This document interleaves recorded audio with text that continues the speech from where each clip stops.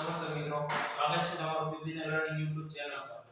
મિત્રો, આપણે આગળના લેક્ચરમાં ત્રિકોણમિતિ સંપૂર્ણ પૂરું કર્યું છે અને આશા છે કે તમે દાખલા ગણી લીધા છે. તો મિત્રો, આજે આપણે ગણિતની શરૂઆત કરશું. મેથ્સ.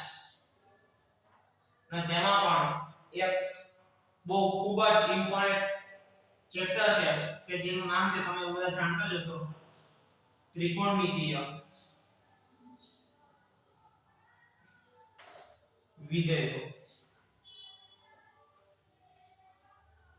બરાબર છે મિત્રો, આજે આપણે ત્રિકોણમિતિની શરૂઆત કરશું. તો મિત્રો, ત્રિકોણમિતિની આપણે શરૂઆત કરીએ તો ત્રિકોણમિતિ 11 ધોરણ 11 માં ત્રીજું ચેપ્ટર છે.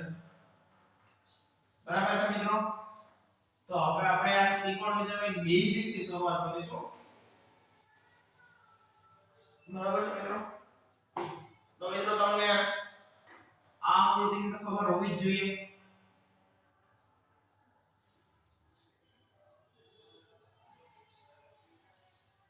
આને આપણે એકમ વર્તુળ કહીએ છીએ. બરાબર છે મિત્રો, હવે આ એકમ તમને ખબર છે કે આ એટલી જ આકૃતિ ઉપરથી આખું ત્રિકોણમિતિ આવેલ છે કે આ આકૃતિ ઉપરથી sin છે, cos છે, tan છે, cot છે, sec છે, cosec છે, એ બધી આ આકૃતિ ઉપરથી આવેલ છે મિત્રો. મિત્રો, આ આકૃતિને આપણે થોડી ઘણી માહિતી મેળવી લઈએ. તમે આ 10મા માં આકૃતિની સંપૂર્ણ માહિતી મેળવી લીધી હશે તો તમને આ નિયમ તો ખબર જ હશે કે all s p ને c. બરાબર છે મિત્રો, હવે all s p c એટલે વળી શું? પેલા મિત્રો તમને કે અહીં જે બિંદુ એ પ્લસ પ્લસ હોય, અહીં પ્લસ માઈનસ પ્લસ હોય, અહીંયા માઈનસ માઈનસ હોય અને અહીંયા પ્લસ માઈનસ.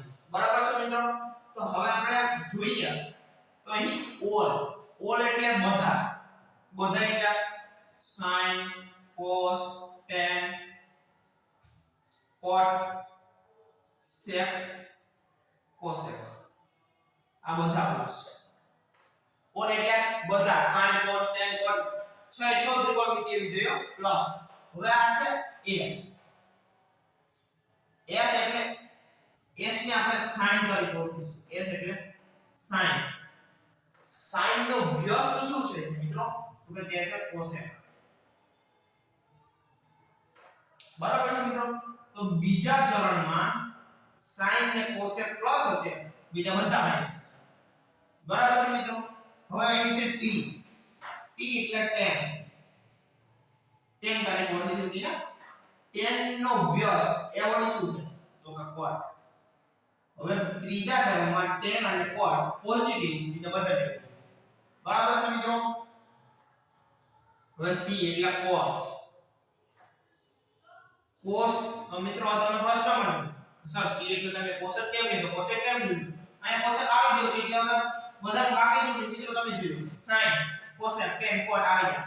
હવે c બાકી શું રહ્યું? sec અને cosec. એમાંથી હવે c છે તો આ cos નો જ હોવો જોઈએ, તો cos નો વ્યસ્ત એટલે શું છે? તો કે sec. એ બંને પોઝિટિવ, બીજા બધા નેગેટિવ. બરાબર છે મિત્રો, તમને રેડિયલ માપની તો ખબર જ. રેડિયલ માપ તો તમે આગળના લેક્ચરમાં ભણીશો. ઓકે, અહીંયા 0 ડિગ્રી, 90 ડિગ્રી, અહીંયા 180 ડિગ્રી, 270 ડિગ્રી ને ફરી 360 ડિગ્રી. મિત્રો, આ જે ખૂણા છે 360 ડિગ્રી ઉપર લિમિટ નથી, તે ત્યાંથી વધતા જ રહે છે. કે આ રીતના ફરિયાદ કરવાની. આપણે આમાં 540 નો ખૂણો મેળવવો હોય તો આપણે 540 નો ખૂણો મેળવી શકીએ. બરાબર છે, એ પણ તમે આગળના લેક્ચરમાં જોઈશું કે આ 540 નો ખૂણો આપણે કઈ રીતના મેળવી શકીએ છીએ. બરાબર છે મિત્રો, તો હવે આપણે જોઈએ તો sin આનો પ્રોસેસ ના.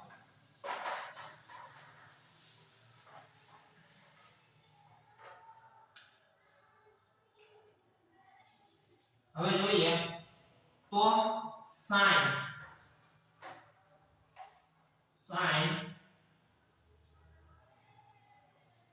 180 પ્લસ થીટા અને sin 90 plus or minus theta. હવે sin 180 તો તમને ખબર છે કે sin 180 માં વિધેય બદલતું નથી, તો અહીં sin આવશે. ને હવે મિત્રો તમને અત્યારે તો કઈ સમજે નહીં, તો હું તમને અત્યારે ખૂણા મૂકી દઉં. આ તમને અત્યારે સમજાશે કેમ કે 180 ડિગ્રી ને તમને ખૂણા સમજાવી દીધા પછી તમને ખબર પડશે કે 180 ડિગ્રી રેડિયન માં આપણે બધી શું છે. તો હવે આપણે ખૂણાની શરૂઆત કરીએ. બાકી મને તો સમજાવવામાં વાંધો નથી, પણ તમને કોઈ મગજને જશે ત્યાંથી જશે એની ડિગ્રી હશે. બરાબર છે મિત્રો? હવે ખૂણો પહેલા સૌપ્રથમ તો પ્રશ્ન છે ખૂણો એટલે શું? બરાબર છે મિત્રો? ખૂણો વળી એટલે શું?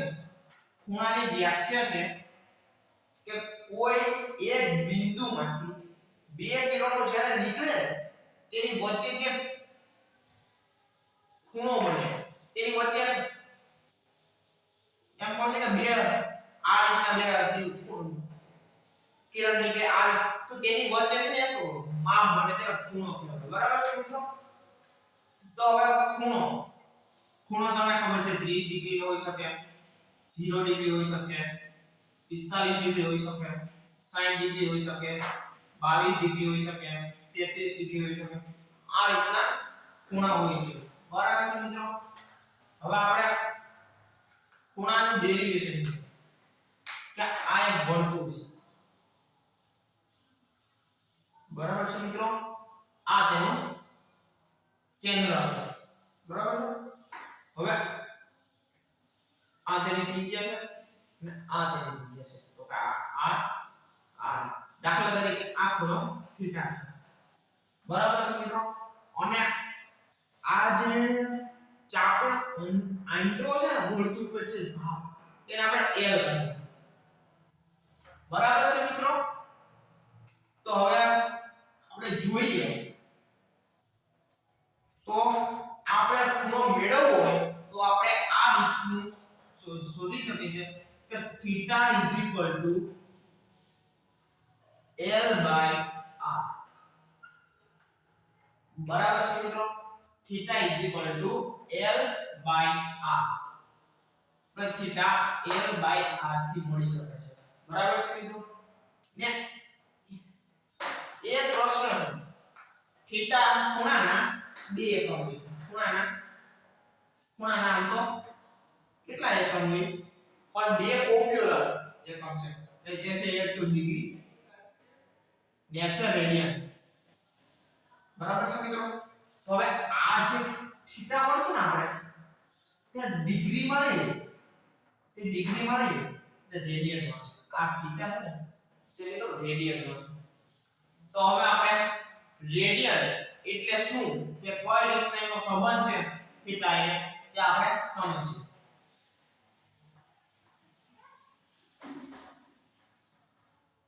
તો કે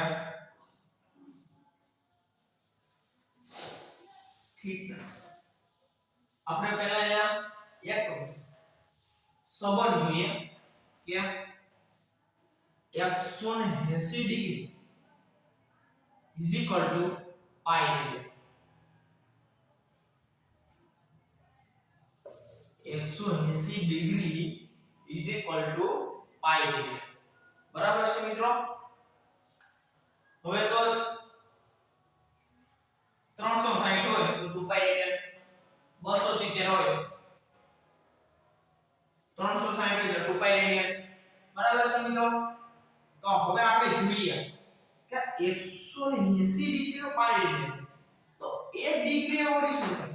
તો મિત્રો તમે જોઈશો કે 180 ડિગ્રી વે પાઈ રેડિયન, તો 1 ડિગ્રી એ કેટલા? તો 1 degree is equal to pi by 180 radian. તમને તે રાશિ સૂત્ર આવડતી હશે. તો 1 ડિગ્રી નું મૂલ્ય આ રીતનું મળે છે. બરાબર છે મિત્રો? ના હવે એ જ રીતે આપણે રેડિયન ઉપરથી ડિગ્રી ઉપર કઈ રીતે જઈ શકીએ તો કે પાઈ રેડિયન 180 ડિગ્રી તો 1 રેડિયન એ વળી કેટલા તો અહીં જોઈએ આપણે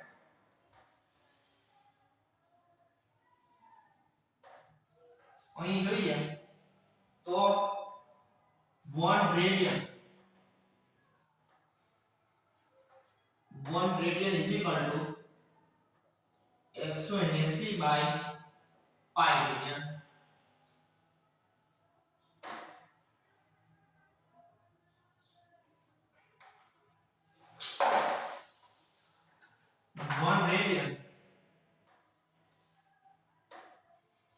one radian is equal to 180 upon pi radian આ રીતના તમે રેડિયન માંથી ડિગ્રી માં જઈ શકો છો અને ડિગ્રી માંથી રેડિયન માં તો આપણે અમુક ઉદાહરણ લઈએ કે ત્યાં કઈ રીતના કામ લાગે છે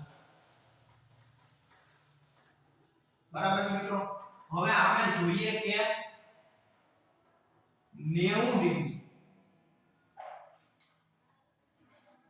ડિગ્રી નો રેડિયન માં કેટલો છે તો હવે આપણે ડિગ્રી માં જોઈએ તો 1 ડિગ્રી ઇઝ ઇક્વલ ટુ શું થયું હતું ત્યારે તો કે પાઈ બાય 180 રેડિયન બરાબર છે મિત્રો તો 90 ડિગ્રી એટલે શું થાય તો આ 90 ડિગ્રી છે તે આ રીતના લખી શકીએ 90 ડિગ્રી ગુણ્યા અથવા 90 આ ત્રિરાશિ મૂકી તો 90 ડિગ્રી માં કેટલા તો આપણે જોઈ શકીએ છીએ મિત્રો તો 90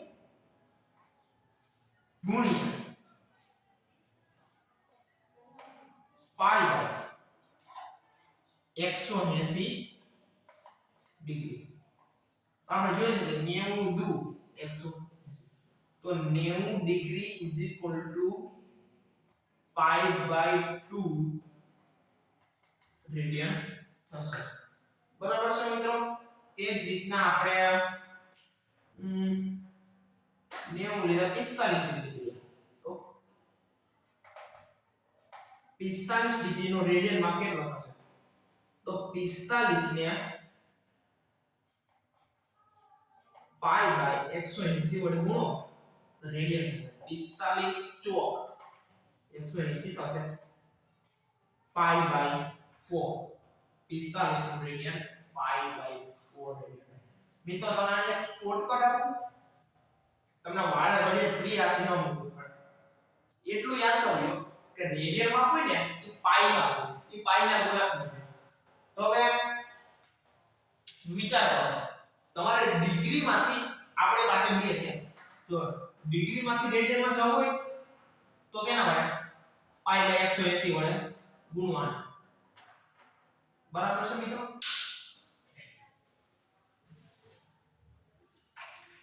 અને રેડિયન માંથી જો ડિગ્રી માં જાવ તો 180 વડે ગુણો બરાબર હવે આપણે ડિગ્રી માંથી રેડિયન માં જવું છે તો મિત્રો તમે એક વસ્તુ વિચારો કે જો તમારે પાઈ લાવો તો તમને ઉપર પાઈ તો હોવો જ જોઈએ કેમ કે રેડિયન તો પાઈ માં જોઈએ બરાબર પણ ડિગ્રી માંથી તમારે રેડિયન માં જવું હોય તો પાઈ ના ગુણાકાર જોઈએ તો આપણી પાસે બે વસ્તુ છે ગુણવાની જો ડિગ્રી માંથી હું એ કઈ રીતે કરો તો કે ડિગ્રી માંથી રેડિયન માં જવું તો પાઈ બાય 180 આપણી પાસે બે ગુણાંક છે એક તો pi by 180 rad pi by 180 ને 180 બાય પાઈ હવે તમારે એમાંથી 90 ડિગ્રી છે એમાંથી રેડિયન માં જવું છે એટલે પાઈ ના ગુણાકાર થશે તો અહીંયા જો આપણે 90 ડિગ્રી ગુણ્યા 100 આપણે 180 બાય પાઈ લખીએ